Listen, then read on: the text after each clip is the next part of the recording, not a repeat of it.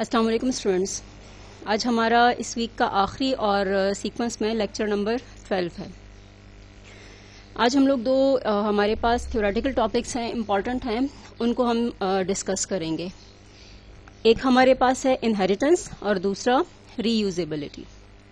Inheritance लफ्ज आप लोग अक्सर आप अपनी जिंदगी में भी इस्तेमाल करते रहते हैं, ठीक है। इनहेरिटेंस असल में हम कहते हैं कि विरासत का लफ्ज आप अक्सर इस्तेमाल करते हैं। मसलन आपको अपने पेरेंट्स से कुछ विरासत मिलती है, कुछ खासियतें मिलती हैं, कुछ आवाज अंदाज आपको मिलता है, या आपको लेट्स सपोज कोई प्रॉपर्टी मिलती है, ठीक है। तो ये बिल्कुल वही कॉन्सेप्ट है यहाँ पर भी, जो कि आपकी रियल लाइफ से अडॉप्ट किया गया है प्रोग्रामिंग के अंदर, ठीक है। सो ये जो इनहेरिटेंस है या जो विरासत है, इसका कॉन्सेप्ट असल में आपकी क्लासेस की बुनियाद पर है। जब हम ऑब्जेक्ट ओरिएंटेड प्रोग्रामिंग के अंदर प्रोग्राम लिखते हैं तो यहाँ हम क्लासेस लिखते हैं, ठीक है। हम अपनी क्लासेस डिफाइन करते हैं और इन क्लासेस की बुनियाद पर हमारे सारे जो प्रोग्राम है वो बनते हैं। हम क्लासेस लिखते हैं, इन क्लासेस से हम ऑब्जेक्ट्स बनाते हैं, 1, 2, 10 जितने हमें जरूरत होती है, और फिर उन ऑब्जेक्ट की मदद से हमारे सारे जो प्रोग्राम के अंदर काम हो रहे होते हैं वो परफॉर्म होते हैं, ठीक है। तो ये जो इनहेरिटेंस का जो रूल है, यहाँ पे अब मैं क्लास और ऑब्जेक्ट को एक साथ नहीं लूंगी। यहाँ पे हम बात करेंगे खास तौर से क्लास के हवाले से। अक्सर जगहों पे हम क्लास या ऑब्जेक्ट का लफ्ज एक दूसरे की जगह इस्तेमाल करते हैं, लेकिन यहाँ हम इनहेरिटेंस की जब बात करते हैं, इनहेरिटेंस जब हम डिफाइन करेंगे, क्लासेस विरासत जब हम डिफाइन करेंगे, तो ऑब्जेक्ट ओरिएंटेड प्रोग्रामिंग के अंदर हम क्लासेस की बुनियाद पर डिफाइन करते हैं, ऑब्जेक्ट उसके मुताबिक फिर बिहेव करते हैं, ठीक है। सो क्लासेस जो है आपकी असल में इनके ऊपर जो है इनहेरिटेंस डिफाइन होती है। आप अपनी अगर रोजमर्रा जिंदगी में देखें तो क्लासेस जो आपको मिलेंगी वो क्या कॉन्सेप्ट है कि आप अपनी एक क्लास को सब क्लास में डिवाइड कर देते हैं। मसलन आपके पास अगर फर्नीचर है तो फर्नीचर के अंदर अगर आप देखें तो उसकी सब टाइप्स आ जाएंगी, सब क्लासेस आ जाएंगी। किस तरह के, एक चेयर हो गई, लेट सपोज चेयर में फिर टैबलेट चेयर हो गई, इसी तरीके से आपके पास मूविंग चेयर हो गई, ठीक है, व्हील वाली चेयर हो गई, इसी तरीके से टेबल हो गया, सिंपल टेबल हो गया, स्टडी टेबल हो गया, अलमारी हो गई, या आपके पास लेट सपोज सोफा हो गया, ठीक है। तो ये सारी क्या है, फर्नीचर की टाइप्स हैं, या सब टाइप्स कह लें, या सब क्लासेस हैं। तो फर्नीचर एक क्लास हो गई, चेयर, टेबल, सोफा, ये सारी क्या हो गई, उसकी सब क्लास हो गई।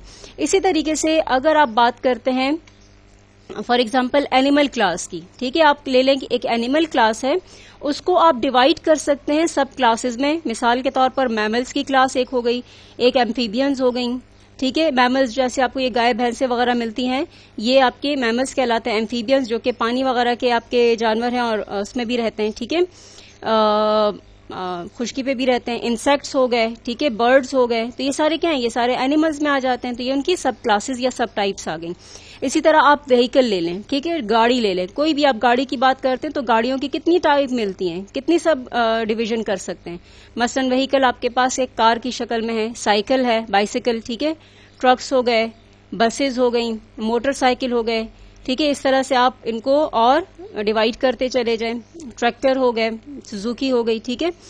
The principle in this sort of division is that each subclass shares some common characteristics with main class, ठीक है। जैसे अगर आपके पास एनिमल क्लास है तो उसकी सब classes mammal, amphibians, insects, birds हैं। अब जरा सोचिए कि ये जो मैमल्स हैं, एम्फीबियंस हैं, इंसेक्ट्स हैं, बर्ड्स हैं, इनमें कुछ ऐसे कैरेक्टरिस्टिक्स हैं जो असल में वो एनिमल क्लास से ले रहा है। मसलन एक एनिमल की अगर आप बात करें तो वो वॉक करता है, ब्रीथ करता है, ठीक है, ईट है, उसके साथ रनिंग करता है, ठीक है, हंट करता है, ठीक है। ये सारी क्या है आपके पास। अब खैर हंट तो वो आप थोड़ी एक और जंगली उसमें आ जाएगा, लेकिन बहरहाल एनिमल में कुछ आपके कॉमन कैरेक्टरिस्टिक्स आ गए जो कि इन तमाम सब टाइप्स में मौजूद होंगी। इसी तरीके से आपके पास सब कैरेक्टरिस्टिक्स ले लें व्हीकल के, ठीक है। जैसे कि आपके पास ले लें कि व्हीकल जो है वो स्टार्ट होती है, स्टॉप होती है, ठीक है, उसकी स्पीड है, फ्यूल उसमें डलता है। तो ये क्या है आपकी, ये कैरेक्टरिस्टिक्स हैं जो कि तमाम व्हीकल्स में आपको मिलती है। मसलन कार है तो उसको भी आप स्टार्ट और स्टॉप करते हैं, एक्सीलरेट करते हैं, ब्रेक लगाते हैं, फ्यूलिंग करते हैं। ट्रक हो गया, बसेज हो गई, मोटरसाइकिल्स हो गई, ठीक है। इन सब में क्या है आपके पास, ये व्हील्स भी हो गए और उसके साथ साथ उनमें व्हील्स भी हैं और मोटर्स भी हैं, ठीक है। चलते किस बेस पर है, पहियों के ऊपर चलते हैं ना, ठीक है। तो व्हील्स हो गया और उसके साथ मोटर हो गया, उनका इंजन हो गया फॉर एग्जाम्पल, ठीक है। तो ये सारी चीजें आपको तमाम व्हीकल्स में, तमाम किस्म की गाड़ियों में मिलेंगी। तो यहाँ पे आपके क्या हो गए कि ये सारे फीचर्स क्या हैं, कॉमन है। तो ये कॉमन फीचर्स आपकी मेन क्लास का पार्ट हो गए, ठीक है। और जो फीचर्स आपके खास सिर्फ कार के अंदर है या ट्रक या बस के अंदर है, वो सिर्फ इन्हीं में डिफाइन किया जाता है, ठीक हो गया। तो इस बेस पर हम डिवीजन करते हैं कि हमारे पास जो मुख्तलिफ टाइप्स हैं, जो मुख्तलिफ सब क्लासेस हैं, उनके अंदर जो कॉमन फीचर्स हैं वो असल में उनकी मेन क्लास के अंदर होती है। वो अपनी मेन क्लास से लेते हैं और फिर ये सब क्लासेस उसकी मजीद एडिशन कर देते हैं, ठीक है। मसलन आपके पास हर सब क्लास, कार के अंदर उसकी अपनी कोई एडिशनल फीचर होगी। इसी तरीके से आपके पास मोटरसाइकिल ले लें तो वो 2 व्हीलर है, ठीक है। कार अगर आप देखें तो आपके पास ये 4 व्हीलर्स में आते हैं, सही। इनका brake system, let suppose truck का देखें तो उनका हाइड्रोलिक सिस्टम होता है। कार का अगर आप ले लें तो ऑटोमेटिक ब्रेक सिस्टम होगा, ठीक है। हो सकता है बसेस के अंदर अगर बहुत हैवी बसेस हैं तो हाइड्रोलिक ब्रेक सिस्टम हो सकता है, ठीक है। मोटरसाइकिल का जो ब्रेक सिस्टम होगा वो हो सकता है थोड़ा सा डिफरेंट हो, लेकिन फीचर क्या है, सब में ब्रेक होगा। लेकिन अब वो डिफरेंस क्या होगा, वो हर सब क्लास अपनी अपनी डिफरेंस खुद डिफाइन करेगी। जिस तरह से आप लोग अगर आप बात करें तो आपके अंदर बहुत सारे फीचर्स आपके पेरेंट्स के हैं, लेकिन कुछ नए फीचर्स आपके अपने भी होंगे, ठीक है। कुछ हो सकता है आपकी आवाज आपके पेरेंट्स से मिलती जुलती होगी, आपके दादा या फादर के साथ मिलती होगी, या फिर वालदा या दादी से मिलती जुलती आवाज होगी। लेकिन कुछ नई चीजें आपके पास आपकी अपनी कैरेक्टरिस्टिक्स भी होंगी, कुछ आदतें आपकी अपनी भी होंगी, कुछ वैल्यूज आपकी अपनी भी होंगी, ठीक है। तो ये रूल हमारा चलता है कि जो कॉमन फीचर्स होते हैं वो आपकी मेन क्लास के अंदर होते हैं, और जो स्पेशल फीचर्स होते हैं, जो एडिशनल फीचर्स होते हैं, वो हर एक क्लास अपने अपने एडिशनल फीचर्स को डिफाइन करती है, ठीक है। So characteristics that are shared with other members of the class by the main class, other than that each subclass may also define its own additional characteristics, its own particular characteristics, ठीक है। मिसाल आप ले लें यहाँ पे कि buses जो है, व्हीकल है, बस के अंदर क्या एक व्हीकल ही है ना। बहुत सारी जो कॉमन फीचर्स होंगी आपकी व्हीकल के अंदर वो बस में भी मिल रही हैं, स्टार्ट करना, स्टॉप करना, व्हील्स होना, मोटर होना। लेकिन इसके साथ अगर आप देखें तो बस में बैठने के लिए सीट्स होती हैं, ठीक है। Buses have seats for many people. आप देख लें कि आप जब गाड़ी में, बस में बैठते हैं तो आपको बैठने के लिए जगह मिलती है क्योंकि उसमें सीट्स होती हैं। लेकिन अगर आप ट्रक में चढ़ जाएं और आप ये कहें कि भाई मुझे तो यहाँ पे एक सीट मिल जाए, तो ये मुमकिन नहीं होगा, क्योंकि ट्रक का मेन मकसद क्या होता है कि उसने कैरी करना होता है हैवी लोड्स को। वहां पे आप सामान लोड करते हैं और लॉन्ग डिस्टेंसेस पर लेकर जाते हैं, तो सामान लोड करने के लिए थोड़ी सी स्पेस और जगह जो है वो डिफरेंट होती है। तो यहाँ पे देखिए दोनों में ये डिफरेंस आ गया आपके पास। तो ट्रक जो है वो सामान लोड करने की जगह रखती है, जबकि बसेस जो हैं वो लोगों को बिठाने के लिए उसमें सीट्स डिफाइन होते हैं। तो ये एडिशनल या पर्टिकुलर फीचर्स हो गए जो कि ये बस और ट्रक अपने अपने डिफाइन कर रही है, ठीक है। अब एक डायग्राम के जरिए हम एक जेनेरिक फॉर्म में ले लेते हैं कि लेट्स सपोज आपके पास एक क्लास है, जो मेन क्लास है, उसके अंदर कुछ फीचर्स हैं, feature A and feature B, ठीक है। ये कुछ भी हो सकता है आपके पास। ये हम जब आगे एग्जाम्पल्स करेंगे क्लासेस वगैरह प्रैक्टिकली, वहां पे इंशाल्लाह आपको ये चीज और प्रैक्टिकली जब आप देखोगे तो और क्लियर हो जाएगा। इस वक्त जस्ट इसका एक कॉन्सेप्ट ले लें कि आपके पास एक मेन क्लास है जिसके अंदर 2 फीचर्स हैं ए और बी के नाम से। इसी तरीके से हमने 2 और क्लासेस हमें चाहिए। इन 2 क्लासेस के अंदर मुझे ये वाले फीचर्स भी चाहिए, ठीक है। और उसके साथ साथ हर एक क्लास के अपने अपने नए फीचर्स भी होंगे। तो बजाय इसके कि हर क्लास में हम ये वाले फीचर्स डिफाइन करें, हमने यहाँ पे क्या किया कि हमने ये जो सब क्लास है ये डिफाइन की, और ये सब क्लास यहां से वो फीचर उठा रही है, यानी जो ये मेन क्लास है यहां से ये 2 फीचर्स उठाएगी और यहां पर अपना ये एक नया फीचर डिफाइन कर लेगी। सही हो गया। इसी तरीके से ये दूसरी क्लास है, इसको भी ये फीचर्स चाहिए, तो ये यहां से वो फीचर्स लेगी, ठीक है। ये जो मेन क्लास है इससे फीचर्स लेगी, और ए और बी, ये आपके पास ए एंड बी फीचर आ रहे हैं, ठीक है। ए एंड बी फीचर लिया इसने, और यहां पर इसको जरूरत है तो इसने अपना एक नया फीचर डिफाइन कर दिया डी के नाम से। तो इस तरह से हमारे पास ये देखें सब क्लासेस, तो ये हो गई हमारे पास सब क्लासेस। 2 भी हो सकती है, 1 भी हो सकती है, 3 भी हो सकती है, यानी एनी नंबर ऑफ सब क्लासेस हो सकती हैं। और ये आपके पास वो मेन क्लास आ गई। ठीक है, तो अब यहाँ पे देखिए क्या हो रहा है कि वो फीचर्स जो कि आपकी मेन क्लास का पार्ट है, अब मेन क्लास असल में हम यहाँ पे जो टर्म हम यूज करते हैं वो बेस क्लास यूज करते हैं वर्ड। ठीक है, तो जो मेन क्लास का यानी बेस क्लास का पार्ट है वो आपकी इन तमाम सब क्लासेस में कॉमन है। यानी आपके पास ए बी इन दोनों क्लासेस में, सी सिर्फ इस क्लास के अंदर है, डी सिर्फ इस क्लास के अंदर है। ठीक है, सो ऑब्जेक्ट ओरिएंटेड प्रोग्रामिंग के अंदर क्लास जो है आपके पास क्या कहलाती हैं कि ये जो मेन क्लास है इसको हम कहते हैं कि ये पेरेंट क्लास बन गई। ठीक है, आपकी ऑब्जेक्ट ओरिएंटेड प्रोग्रामिंग में ये जो हम कह रहे हैं ना कि ये मेन क्लास है और ये सब क्लास है, तो ये मेन क्लास जो कि फीचर्स कॉमन फीचर्स प्रोवाइड कर रही है इसको हम कहते हैं कि ये पेरेंट क्लास है। ठीक है, और ये जो सब क्लासेस हैं जो कि ये फीचर्स ले रही हैं इनको हम कहते हैं कि ये चाइल्ड क्लासेस हैं। ठीक है, like you are getting some features from your parents, you are child of your parents, तो इसी तरीके से ये सब क्लासेस क्या है, ये चाइल्ड क्लासेस हैं पेरेंट की, और ये जो मेन क्लास है इसको हम पेरेंट क्लास कहते हैं। अब C++ के अंदर ये जो हमारी मेन क्लास है, ये जो ओरिजिनल क्लास है, इसको हम बेस क्लास भी कहते हैं।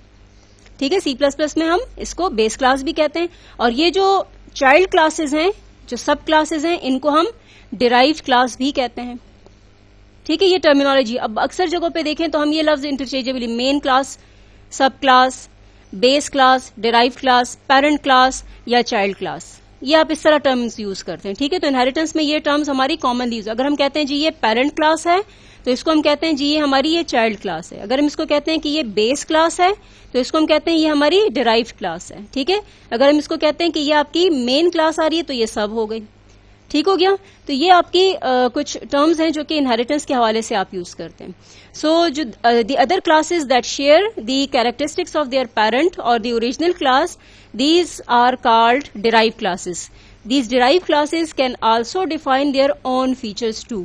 ठीक है, they can add their own data members and their own functions too. क्योंकि अब देखिए फीचर्स की अगर हम बात करें तो फंक्शन हमारे पास क्या है, एक क्लास के अंदर डेटा मेंबर्स होते हैं और मेंबर फंक्शंस होते हैं। ठीक है, तो पेरेंट क्लास के जो डेटा मेंबर्स हैं और जो मेंबर फंक्शंस हैं वो चाइल्ड क्लास के पेरेंट जो फंक्शंस हैं उसमें भी आपके पास अवेलेबल हैं, और मेंबर फंक्शन और डेटा फंक्शन चाइल्ड क्लास को भी अवेलेबल है, और उसके साथ साथ चाइल्ड क्लास अपने डेटा मेंबर्स और अपने फंक्शन मेंबर्स भी डिफाइन कर सकती है।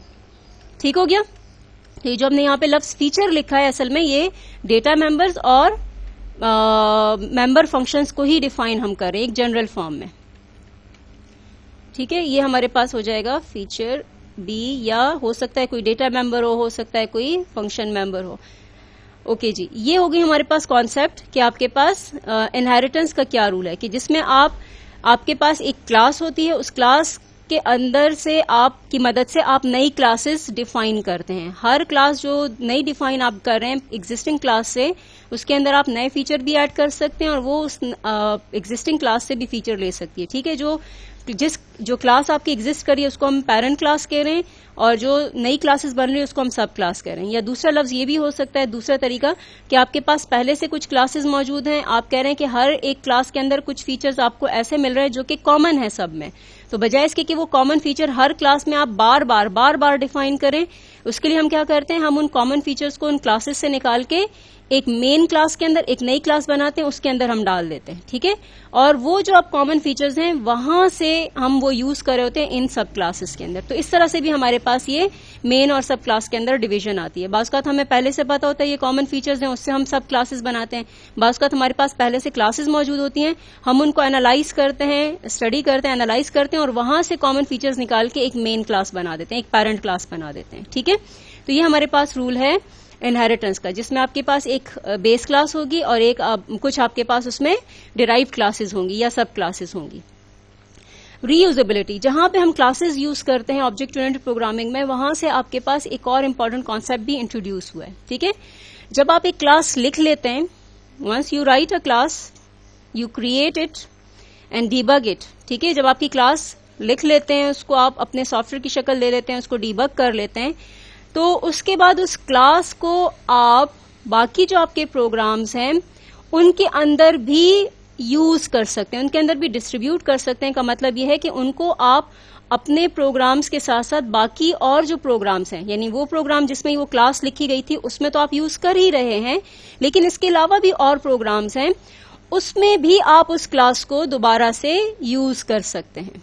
ठीक है, हो सकता है वो आपकी क्लास ना हो, आपका बना हुआ प्रोग्राम ना हो, कोई और दूसरा प्रोग्राम बना रहा हो। आपने क्लास बनाई, आपने अपने प्रोग्राम के लिए क्लास बनाई थी, लेकिन वो क्लास आपने इतनी अच्छी बनाई है, इतनी बेहतर है, इतना फंक्शन अच्छी तरीके से कर रही है, सर्विस इतनी अच्छी दे रही है कि उसी क्लास को लेके आपके साथ ही कहते हैं भाई आपने ये काम ऑलरेडी किया हुआ है तो मुझे आप अपनी ये क्लास दे दें, मैं अपने प्रोग्राम में इसे इस्तेमाल कर लूंगा। तो ये हो गई हमारे पास फीचर, इसको हम कहते हैं रीयूजेबिलिटी। और ये कॉमन सी चीज है, अक्सर हमारे पास बहुत सारी ऐसी क्लासेस, ऐसे काम होते हैं जो कि हम दोबारा नहीं लिखते, बल्कि पहले से किसी ने लिखा होता है तो हम बाहर से या तो ले लेते हैं या फिर हम उसको परचेज कर लेते हैं। अगर फ्री हमें मिल जाती है तो हम फ्री ले लेते हैं, वरना अगर हमारे प्रोग्राम के लिए, प्रोजेक्ट के लिए जरूरी है तो हम बाकायदा उसको परचेज भी करते हैं। ठीक है, सो ये आपके पास जिस तरह हम लोगों ने फंक्शंस कुछ इस्तेमाल किए थे, जैसे हम लोग अपनी फंडामेंटल प्रोग्रामिंग में हम क्या करते थे, हम गेट ch इस्तेमाल करें, मुझे स्क्रीन रोकनी है या इनपुट लेना है कैरेक्टर, ठीक है, तो मैंने गेट ch इस्तेमाल किया,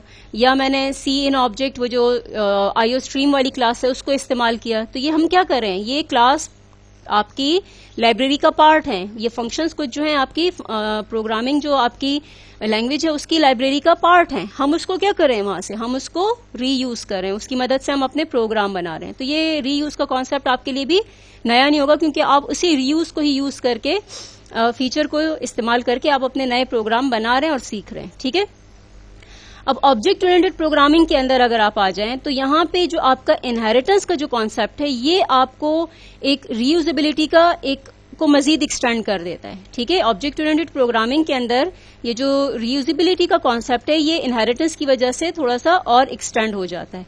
इसमें हम क्या करते हैं, हम एक पहले से मौजूद क्लास लेते हैं, उस क्लास के अंदर हम कोई चेंजेस नहीं करते, बिना किसी मॉडिफिकेशन के। उसमें मुझे कोई नए फीचर्स चाहिए, कुछ एडिशंस चाहिए, ठीक है, तो हम क्या करते हैं, हम उसमें वो ऐड कर देते हैं। यानी क्लास लेट्स सपोज व्हीकल थी, उसमें जो कुछ बेसिक फीचर्स डिफाइन किए थे, या कार क्लास है, उसकी कुछ बेसिक फीचर्स डिफाइन है, वो अपनी जगह पे बिल्कुल ठीक काम करें, हम उसमें चेंजेस नहीं करें। मुझे जो एडिशनल फीचर्स चाहिए, ठीक है, लेट्स सपोज मैं चाहती हूँ कि मेरी कार फ्लाई करने लगे, तो मैंने एग्जिस्टिंग क्लास की डेफिनेशन ली कार की, और उसमें अपने नए फीचर्स डिफाइन करके ऐड करके एक नई क्लास बना ली। तो ये मेरे पास कॉन्सेप्ट हो गया इनहेरिटेंस के थ्रू रीयूजेबिलिटी का, कि एग्जिस्टिंग क्लास को हम बिना किसी चेंज के इस्तेमाल करते हैं और अपनी नई क्लासेस को डिफाइन करने के लिए। उस नई क्लास के अंदर हम क्या करेंगे, अपने नए फीचर्स ऐड कर देंगे, और जो पहले से फीचर डिफाइन है वो आपकी एग्जिस्टिंग क्लास से आ जाएगी। ठीक है, तो जो नई क्लास है वो क्या करेगी, आपकी पुरानी क्लास के तमाम फीचर्स इनहेरिट कर लेगी, लेकिन उसके साथ साथ नए जो फीचर है, लेट्स सपोज मुझे अपनी गाड़ी में उड़ने की खासियत चाहिए, तो वो मैं अपनी उस नई क्लास के अंदर ऐड कर दूंगी। अपनी न्यू कार जो है हमारे पास, फ्लाइंग कार लेट्स सपोज, उसमें हम वो फीचर ऐड कर देंगे। तो इस तरह जो एग्जिस्टिंग कार है उसमें कोई चेंज नहीं होगा। एग्जिस्टिंग कार जो पहले से यूज कर रहा है वो उसी तरह यूज करता रहेगा, लेकिन मुझे अगर फ्लाइंग कार चाहिए तो मैंने फ्लाइंग कार के नाम से एक क्लास बनाई, फ्लाइंग कार से को इनहेरिट किया कार क्लास से, यानी फ्लाइंग कार को चाइल्ड क्लास बना लिया, चाइल्ड बना दिया कार क्लास का, और उस फ्लाइंग यानी चाइल्ड क्लास में फ्लाइंग वाला फीचर ऐड कर दिया। ठीक है, तो उससे एग्जिस्टिंग क्लास में हमने कोई चेंज नहीं किया। तो ये देखें, हमारी पहले से डिफाइन शुदा क्लास, पहले से मौजूद ऑब्जेक्ट को हमने क्या किया है, रीयूज किया है बिना किसी चेंज के। ठीक है, इसी तरह एक और एग्जांपल देख लें कि लेट्स सपोज आपने एक बहुत खूबसूरत और बहुत उम्दा मेन्यू सिस्टम डिफाइन किया है। ठीक है, वो बिल्कुल परफेक्ट आपके प्रोग्राम में काम कर रहा है। अब कोई और है जो कि आपका वो मेन्यू लेता है, लेकिन उसमें कुछ अपना नया फीचर ऐड करना चाहता है। अब आपके मेन्यू में वो चेंज नहीं करेगा, आपके वो जो मेन्यू सिस्टम आपने जो बनाया है, ठीक है, जो उसके लिए आपने क्लास बनाई है, उसमें वो चेंज नहीं करेगा। आप नहीं पसंद करेंगे कि आपकी क्लास में, आपके कोड में कोई चेंज करे, तो वो क्या करेगा, जो आपका साथी है या जो भी आपके क्लास को खरीदने वाले हैं, वो क्या करेंगे, आपकी वो मेन्यू सिस्टम के लिए बना हुआ क्लास लेंगे और उस क्लास को यूज करते हुए अपनी एक नई क्लास बना लेंगे, यानी चाइल्ड क्लास बनाएंगे जो मेन्यू सिस्टम से इनहेरिट करेगी, और अपनी उस नई क्लास के अंदर फ्लैश ऑन एंड ऑफ का फीचर ऐड कर देगा। यानी उसको फ्लैश ऑन ऑफ वाली फीचर भी चाहिए अपनी, जैसे आपके मोबाइल्स में अक्सर होता है ना कि आप फ्लैश को ऑन करते हैं, ऑफ करते हैं। अक्सर मोबाइल्स में नहीं होता तो आप बाहर से डाउनलोड कर लेते हैं, इंस्टॉल कर लेते हैं। ठीक है, तो बेसिकली प्रोग्रामिंग के अंदर पहले से मौजूद क्लास में मेन्यू के अंदर कोई यूज किया और नया फीचर फ्लैश ऑन और ऑफ वाला डाल दिया। ठीक है, तो उससे आपके पास बिना किसी मॉडिफिकेशन के जो एग्जिस्टिंग क्लास थी उसको आपने क्या किया, रीयूज कर लिया। उससे आपने नए क्लास डिफाइन किया, derive class, child class define किया, और जो नई चेंजेस थी वो आपने उस चाइल्ड क्लास में डाल दी। तो इस तरह जो एग्जिस्टिंग क्लास थी वो क्या हो गई, रीयूज हो गई बिना किसी मॉडिफिकेशन के। अगर मॉडिफिकेशन करनी पड़े तो फिर उसको हम रीयूज नहीं कहेंगे। ठीक है, तो ऑब्जेक्ट ओरिएंटेड प्रोग्रामिंग के अंदर ये जो हमारी क्लासेस का जो कॉन्सेप्ट है, इसकी वजह से हमारी ये जो रीयूज का कॉन्सेप्ट है वो बहुत ज्यादा सिंपल हो गया और आसान हो गया है। बहुत सारी कंपनीज जो हैं उनके लिए ये एक बहुत बेनिफिट की चीज है कि आप पहले से बने हुए ऑब्जेक्ट्स, पहले से बने हुए प्रोजेक्ट्स जो हैं वो अपने मुख्तलिफ प्रोजेक्ट्स में इस्तेमाल करें। इससे क्या होता है कि उनकी जो वो प्रोग्राम जो पहले वो लिख चुके हैं उसको बनाने का टाइम उनका कम हो जाता है, बच जाता है, उसका वो जो खर्चा आता है वो भी कम हो जाता है। तो उससे उनकी ना सिर्फ वो प्रोग्राम बनाने की सलाहियत में इजाफा हो जाता है, यानी वो प्रोडक्टिविटी उनकी बढ़ जाती है, बल्कि उनकी जो रिटर्न होता है, यानी उनको इन टर्म्स ऑफ फाइनेंस और इन टर्म्स ऑफ टाइम जो उनको बचत होती है, जो बेनिफिट होता है वो अपनी जगह पर होता है। ठीक है, तो अक्सर जो कंपनीज है वो ऑब्जेक्ट ओरिएंटेड फीचर प्रोग्रामिंग इसलिए भी यूज कर रही होती है कि उसमें एक दफा बने हुए प्रोग्राम आप अपनी आगे के प्रोजेक्ट्स में रीयूज भी कर सकते हैं। तो ये कॉन्सेप्ट है हमारे पास रीयूजेबिलिटी का, कि हम अपने एक प्रोग्राम कंपोनेंट को, अपनी एक क्लास को जो पहले से हम लिख चुके हैं, उससे हम बिना किसी चेंजेस के, मॉडिफिकेशन के, हम उसकी मदद से नए प्रोग्राम बना रहे हैं। गेट.ch का कोड आपने कितनी दफा चेंज किया होगा अपनी स्क्रीन को रोकने के लिए? बिल्कुल चेंज नहीं किया। आप उसको क्या करते हैं, गेट.ch कोड लिखा हुआ है, आप सिर्फ उसको कॉल करते हैं और अपने प्रोग्राम के अंदर या तो आप उसको इनपुट के लिए इस्तेमाल करते हैं या स्क्रीन को होल्ड करने के लिए इस्तेमाल करते हैं। ठीक है, तो ये हमारे पास कॉन्सेप्ट हो गया किस चीज का, रीयूजेबिलिटी का। सो आज हम लोगों ने इनहेरिटेंस और रीयूजेबिलिटी को डिस्कस किया। इन दो टॉपिक्स के साथ ही हमारे जो वीक 3 के कंटेंट्स थे वो कंप्लीट हो गए। सो इसमें आपके पास अगर कोई क्वेश्चन हो, कंफ्यूजन हो, तो आप लोग अपने डिस्कशन बोर्ड के ऊपर क्वेश्चंस पोस्ट कर सकते हैं, इंक्लूडिंग जो ईमेल एड्रेस आपको प्रोवाइड किया गया है उस पर भी आप अपनी ईमेल जो है सेंड कर सकते हैं। अपना ख्याल रखिएगा। अल्लाह हाफिज।